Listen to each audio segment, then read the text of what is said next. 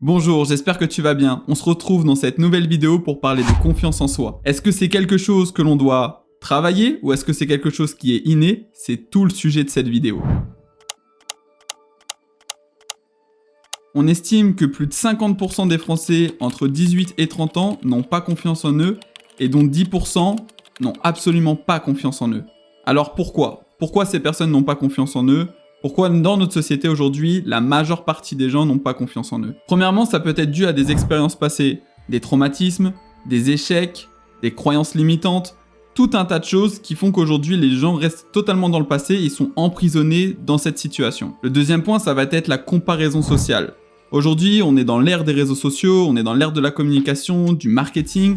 Beaucoup de personnes idolâtrent des gens sur les réseaux sociaux, mais ce n'est pas forcément la réalité des choses. Ce qui fait que pertinemment, les consommateurs de ce genre de médias se sentent en infériorité par rapport à la personne qu'ils idolâtrent. On n'a pas forcément confiance en nous, puisque du coup, on va avoir une personne, on va se dire qu'elle est brillante, qu'elle est jolie, qu'elle a de la prestance, qu'elle a de l'allure. Toutes ces choses-là, c'est des choses qu'on parlera par la suite. On est clairement dans une société de comparaison, on est clairement dans une société qui aujourd'hui veut se montrer et qui se montre de plus en plus. On le voit avec différents réseaux aujourd'hui comme des mimes, des OnlyFans, tout ce genre de choses où c'est que au final aujourd'hui on est dans le voyeurisme. Donc il y a une atmosphère constante de challenge, de comparaison qui font qu'aujourd'hui les personnes qui ont un mindset qui n'est pas hyper développé ou qui n'ont pas entre guillemets les reins solides par rapport à la génération, par rapport à la communauté, par rapport à tout ce qui se passe actuellement via les réseaux sociaux, en fait va se comparer et va se sentir totalement en position d'infériorité. Le troisième point, ça va être l'autocritique. Combien de personnes aujourd'hui ont des pensées négatives? Et on va parler concrètement, que ce soit le suicide, que ce soit un tas de choses par rapport à leur journée, par rapport à leur boulot, le marre d'en avoir marre. En fait, beaucoup de personnes aujourd'hui vivent dans un monde et dans une atmosphère qui est totalement négative, qui font que derrière, en fait, ils n'arrivent pas à s'en sortir, ils sont comme bloqués dans un trou noir. Le quatrième point, ça va être la peur de l'échec.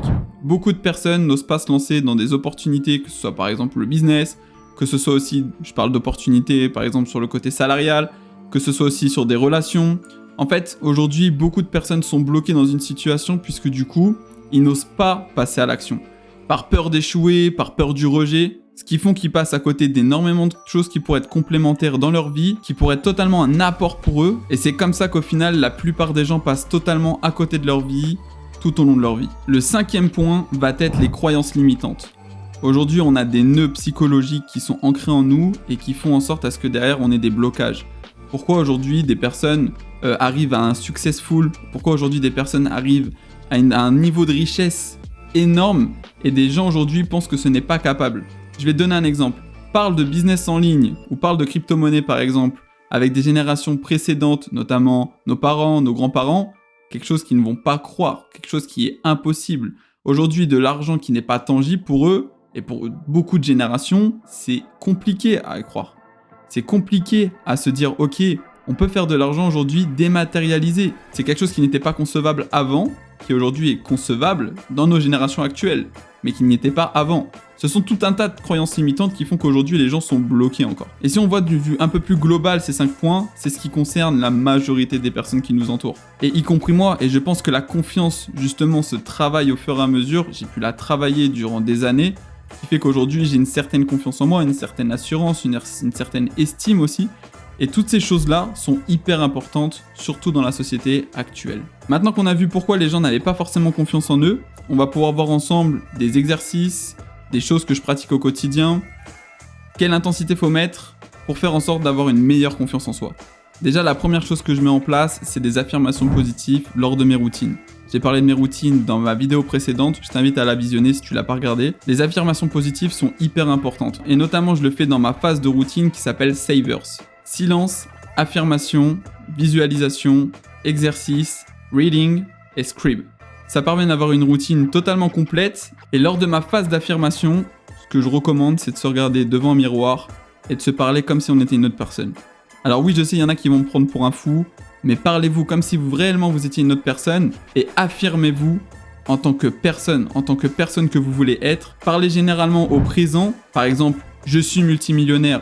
Je suis une personne inspirante, je suis quelqu'un qui a confiance en moi, je suis un entrepreneur à succès. Toutes ces choses-là font en sorte à ce que derrière vous vous habituez à vous le dire, ça vous met en valeur, ça fait comme si vous vous récompensiez et ça c'est hyper important. Donc ça c'est lors de mes routines. Ensuite, il faut prendre aussi en considération que lorsque vous voulez vous lancer dans quelque chose, On va passer généralement par 3 phases. Ridicule, dangereux, évident. Et ça, c'est pour, par exemple, des choses qui sont révolutionnaires, ou même si aujourd'hui vous voulez vous lancer dans une activité ou quelque chose qui n'est pas commun, les gens autour de vous, votre environnement va vouloir justement vous faire passer par ces 3 phases-là. Ridicule, dangereux, évident. Je parle notamment, par exemple, on parlait tout à l'heure de crypto-monnaie, le Bitcoin aujourd'hui passe par ces phases-là. Ridicule, dangereux, évident. Et pour un tas de choses aujourd'hui, quand on parle de révolution, que ce soit même par exemple pour le numérique, etc., c'est passé exactement par ces phases-là, et aujourd'hui ça fait partie de notre quotidien. Quelque chose que j'ai pu aussi également tester, c'est le dépassement de soi. Et quand je parle de dépassement de soi, c'est par exemple se lever plus tôt que les autres. Et là je sais qu'il va y avoir un tas de personnes en disant « Oh putain, déjà que je me lève assez tôt, il faut que je me relève encore plus tôt ». C'est totalement ça. Sortir de sa zone de confort. Vous apporter de l'autosatisfaction. C'est quelque chose qui est primordial si aujourd'hui tu veux acquérir une confiance en toi de manière régulière, de manière intensive. Admettons que tu es un jeune étudiant et que de base tu commences à 8h les cours. Tu te lèves peut-être à 7h, aujourd'hui lève-toi à 6h. Fais ton sport, fais ta méditation, fais toutes les routines que tu dois mettre en place 1 heure avant. Tu auras accompli beaucoup plus de tâches avant que la plupart des gens que tu côtoies au quotidien ne se soient levés. Et ça, c'est hyper gratifiant. Ça te permet justement de t'apporter de l'autosatisfaction, ça te permet de te mettre en avant et donc justement d'accomplir un tas de choses avant tout le monde. Le sentiment de se lever alors que tout le monde dort encore et que tu es en train de progresser et que tu es en train d'avancer vers tes objectifs, il n'y a rien de plus gratifiant. Un autre point qui est essentiel, c'est changer son mode de pensée. Si aujourd'hui tu penses que tu vas être millionnaire, alors tu as raison. Si tu penses que tu ne le seras pas, tu as aussi raison. En fait, ton mode de pensée définit qui tu es et qui tu vas être. Et c'est pas si simple que ça, puisqu'on va avoir des croyances limitantes qui vont être en nous au plus profond de nous. Et ce qu'il faut savoir, c'est que la majeure partie aujourd'hui de nos actions, de nos pensées, est gérée par le subconscient. Et votre subconscient a été nourri aux alentours de vos 6 ans. Dans notre cerveau, on a 2 parties, la partie consciente et la partie subconsciente. 95% de ce qu'il se passe aujourd'hui est géré par votre subconscient, seulement 5% par votre conscient. Le conscient va travailler sur la mémoire limitée, la pensée logique, il ne fait pas de multitâche, les pensées, les critiques, il a une mémoire courte et il va gérer la volonté. Le subconscient, lui, va avoir une mémoire illimitée, ça va être vos sentiments et vos émotions, il est multitâche, ça va être vos croyances et vos habitudes et il a une mémoire très longue. D'où le fait justement d'avoir des affirmations, ce qui vous permet justement avec la répétition de pouvoir devenir une habitude, d'enlever vos croyances au fur et à mesure, et ça va se faire sur un long processus. Choisir son bon environnement est aussi essentiel pour augmenter sa confiance en soi. Une qualité de vie, une hygiène de vie, les personnes qui t'entourent, la ville dans laquelle tu vis, va avoir un impact directement ou indirect sur ta manière d'avoir confiance en toi. C'est votre attitude bien plus que votre aptitude qui détermine votre altitude. Qu'est-ce que cela veut dire ? Qu'il faut absolument se concentrer sur l'attitude que vous dégagez. L'attitude va être votre personnalité également. Et la personnalité est régie par vos habitudes, votre aspect physique et votre vocabulaire. Les habitudes, ça peut être des routines, mais aussi vous avez des mauvaises habitudes ou des bonnes habitudes. Lors d'un contenu de développement personnel que j'ai pu consommer, une phrase m'a énormément interpellé. Et je souhaite te la partager. Cette phrase dit « Si tu veux changer le monde, commence par faire ton lit ».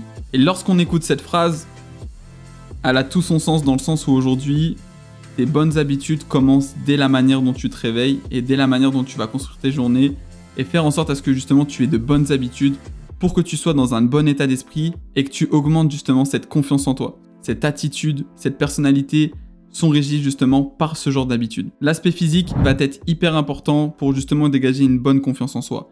Et je parle pas notamment que du sport, mais aussi sur une tenue vestimentaire, savoir bien s'habiller, gérer les couleurs, comprendre aujourd'hui les styles vestimentaires qui existent pour pouvoir s'apprêter et faire en sorte qu'aujourd'hui, justement, on ait ce reflet de personnes qui a confiance en soi. Dans ce principe-là, je vois pas des gens qui sont en costume tout le temps, mais aujourd'hui, on a tellement de manières de s'habiller et tellement de looks hyper intéressants avec la facilité des contenus pour nous apprendre à bien nous habiller, que ce soit sur YouTube, que ce soit même sur les réseaux sociaux aujourd'hui, avec l'étendue des contenus qui circulent, notamment rien que sur TikTok, aujourd'hui, on peut avoir énormément d'idées pour savoir s'habiller, marier des couleurs, des styles vestimentaires. L'aspect physique, et là je parle corporel, est quelque chose de primordial. Pour donner un exemple, je vais chez le barbeur. Alors oui, je vais chez le barbeur. J'essaye d'aller chez le barbeur. Non, plus sérieusement, j'y vais pour me faire couper les cheveux à peu près une fois toutes les semaines et demie. Parce qu'aujourd'hui, pour moi, c'est primordial d'avoir une coupe qui soit taillée, Bon là j'avoue, j'y vais dans quelques jours. Mais au-delà de ça, en fait, c'est une routine pour moi que j'ai instaurée d'aller toutes les 1 semaine et demie chez le coiffeur pour justement avoir une apparence qui soit élégante, qui soit présentable. Je me rase souvent, malgré le peu de barbe que j'ai. Je prends aussi soin de ma peau, soin de mes cheveux, soin de mon corps, ce qui fait que forcément ça se ressent, de point de vue de l'extérieur. Je vais insister aussi sur un point qui est important, faire du sport. C'est primordial pour développer un mindset, une confiance en soi, une estime de soi, pour sa santé. Pratiquer un sport, ne pas forcément aller à la salle de sport, mais pratiquer un sport qui vous correspond est essentiel pour augmenter sa confiance en soi. Et même si ça fait mal, dis-toi une chose, tout ce qui ne te tue pas te rend plus fort. Alors passe à l'action dès maintenant et arrête de réfléchir. La réflexion est le coût de l'inaction. La seule limite, c'est celle que tu te fixes dans ta tête. Si tu ne le fais pas, qui le fera à ta place? Prends le temps de savourer le processus qui s'offre à toi. Et en parlant de processus, je vais te recommander un livre qui parle justement de processus d'effet cumulé, c'est-à-dire de faire 1% tous les jours, ce qui fait que derrière tu changes radicalement tes habitudes, ta vie en général. C'est l'effet cumulé de Darren Hardy. Ce livre est incroyable et lorsque tu l'auras à disposition, tu comprendras aujourd'hui que des petites actions tous les jours font en sorte que derrière tu peux changer radicalement ta vie et notamment ta confiance en toi et notamment tes habitudes, tes croyances, ton estime de toi et ton mode de pensée. Avant de finir, je vais te donner 12 conseils pour augmenter ta confiance en toi. Le premier point, identifier tes forces et tes faiblesses.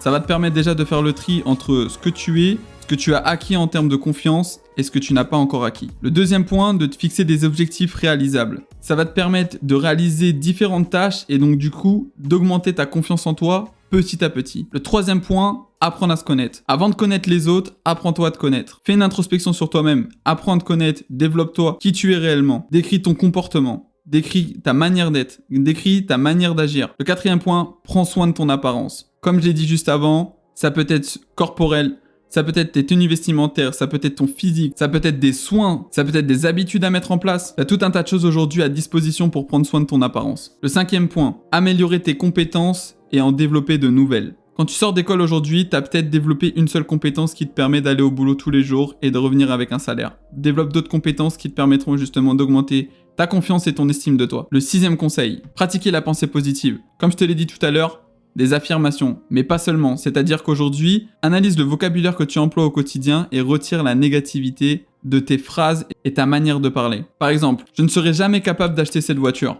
Comment je peux me permettre d'acheter cette voiture? Le septième point, sortir de sa zone de confort. Ce qui, je ne te cache pas, est hyper désagréable. Mais à force de franchir différentes limites, tu vas te rendre compte que tu as un potentiel illimité et que les seules limites sont dans ta tête et c'est toi-même qui te les fixes. Le huitième point, s'entourer des personnes positives. Tu es la somme des personnes que tu côtoies le plus.